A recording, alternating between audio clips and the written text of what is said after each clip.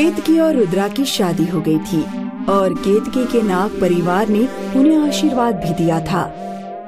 लेकिन रुद्रा को पता नहीं था कि केतकी एक आम लड़की नहीं बल्कि इच्छाधारी नागिन है। दोनों की शादी के बाद दोनों हंसी खुशी रह रहे थे। लेकिन एक दिन एक गांव वाले को एक नाग ने काट लिया। हे राम, मेरे पति को नाग ने काट लिया, अब मैं क्या करूं? मेरी जिंदगी भी बर्बाद हो गई। सारा गांव वहां जमा हो गया। रुद्रा और केतकी भी वहीं थे। आखिर किस नाग ने इसे काटा है? मेरे समूह वाले तो इंसानों पर ऐसे ही हमला नहीं करते, तो ये कैसे हुआ? कोई तो वैद्य को बुलाओ। हे राम, मेरे पति की रक्षा करो। कुछ देर बाद एक वैद्य जी आए और उन्होंने पीड़ित का इलाज करना शुरू कर दिया। बहुत ही जहरीले नाग ने काटा है इसे। आखिर ऐसा जहरीला नाग गांव में आया कहां से? सरपंच जी, मुझे कुछ जड़ी बूटियां मंगवानी पड़ेगी। आप किसी को मेरे घर भेज दीजिए।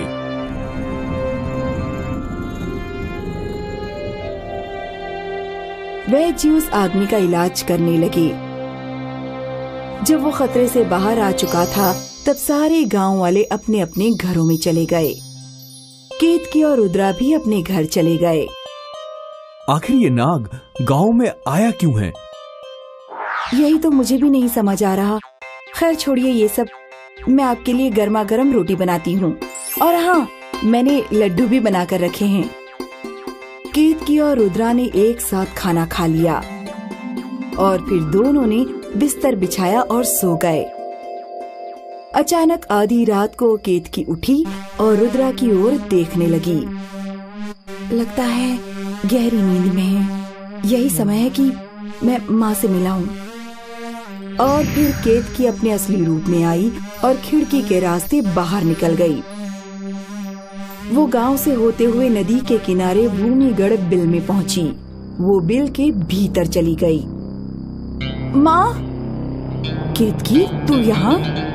हाँ माँ, मुझे समझ नहीं आ रहा कि क्या हो रहा है। मैं तेरी उलझन का कारण जानती हूँ। आखिर उस आदमी को किसने काटा? वो कमीना भस्मा वापस आ गया है। भस्मा? पर क्यों? क्योंकि उसे पता चल गया है कि तेरी शादी एक इंसान से हुई है और वो उसे ही मारने आया है। पर ऐसा क्यों माँ? हमने तुझे बताया नहीं था, पर भस्मा तुझे प्यार करता था। वो तुझसे शादी करना चाहता था। वो हमारे पास आया था। तुम में ऐसा क्या है जो मैं केतकी की शादी तुमसे करवा दूं? मैं शक्तिशाली हूँ और अहंकारी भी। तो क्या हुआ? शक्ति है तो अहंकार भी होगा। मैं अपनी बेटी की शादी किसी निर्मल दिल वाले से करूंगी, तुझ जैसे अहंकारी से नहीं। मैं भी देखता हूँ कि केतकी की शादी मेरे अलावा किससे होती है।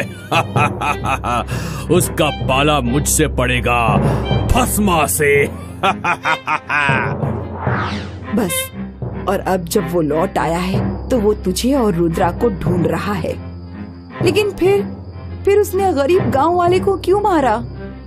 ताकि वो तेरा पता लगा सके और शायद अब उसे तेरा घर और तेरे पति के बारे में पता होगा। तुझे यहाँ नहीं होना चाहिए था, अपने पति के साथ घर पर होना चाहिए था। क्या? जल्दी घर चल, हम सब भी आ रहे हैं। केतकी बहुत तेजी से अपने घर की ओर भागने लगी और उसके पीछे उसकी माँ और बाकी समूह के नाग भी चल रहे थे। जैसे ही केतकी घर पहुंची तो उसने देखा कि भस्मा उसके पति के पैर के पास है। केतकी ने तुरंत भस्मा पे छलांग मारी। भस्मा और केतकी लड़ने लगे। जल्दी ही केतकी की माँ और बाकी का समूह भी वहाँ आ गया और उन्होंने भस्मा को घेर लिया। समूह ने भस्मा पे चारों ओर से हमला किया। भस्मा लड़ता रहा, पर इतने सारे नागों के सामने वो टिक नहीं पाया। नागों ने भस्मा को मार दिया। फिर केतकी अपने इंसानी रूप में आई। उसे कुछ चोटें लगी थीं।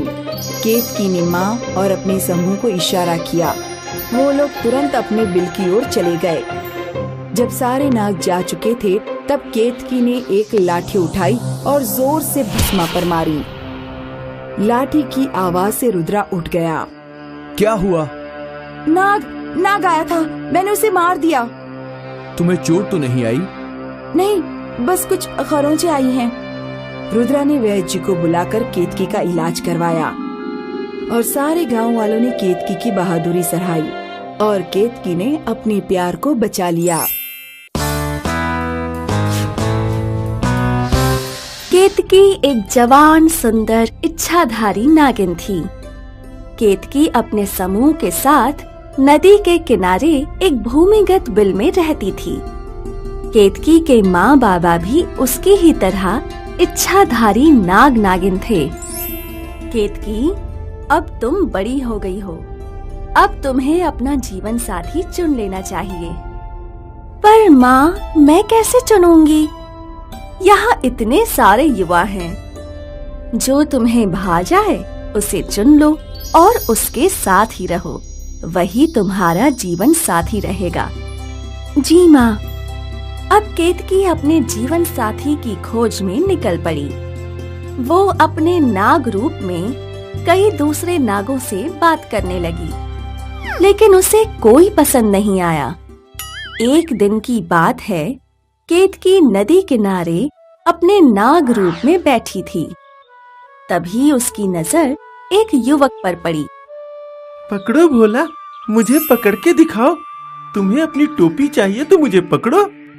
अब तो तू मेरे हाथ से गया बच्चू। अच्छा? केतकी की नजर रुद्र पे अटक गई और बस उसे रुद्र भा गया। केतकी को अपनी माँ की बात याद आई। जो तुम्हें भा जाए उसे चुन लो और उसके साथ ही रहो, वही तुम्हारा जीवन साथी रहेगा। केतकी ने सोच लिया कि रुद्र ही उसका जीवन साथी बनेगा। अब केतकी रुद्र के पास गई। यार, इस नदी के पास कितनी शांति है ना?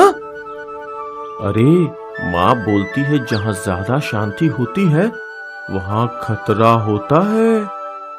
अरे ओ माँ के लाडले, अरे सांप! भाग रुद्रा, भाग!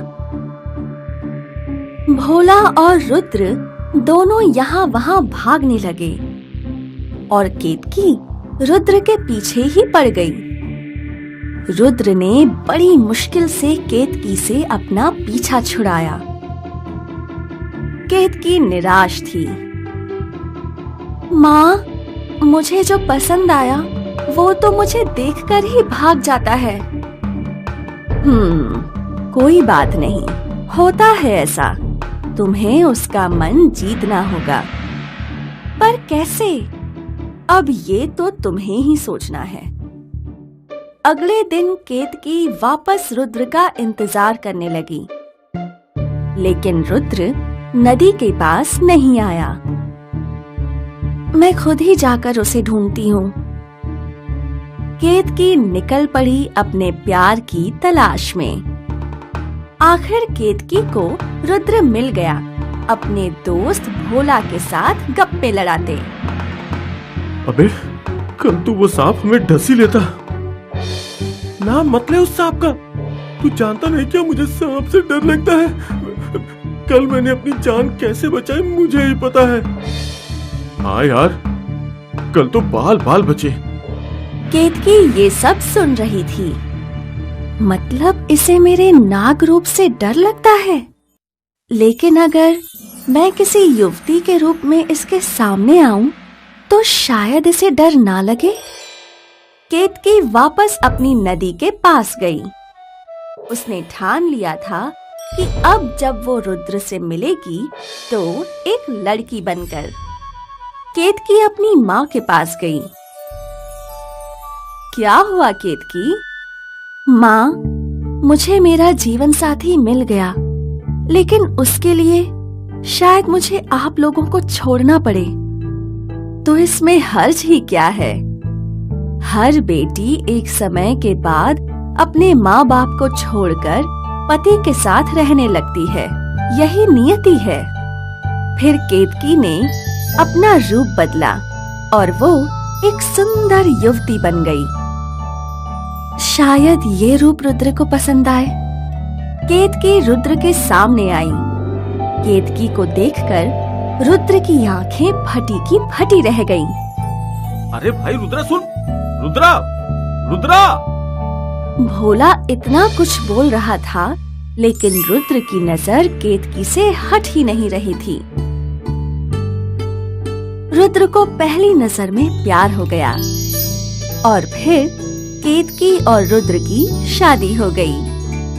इस तरह एक इच्छाधारी नागिन ने एक इंसान को अपना जीवन साथी बना लिया।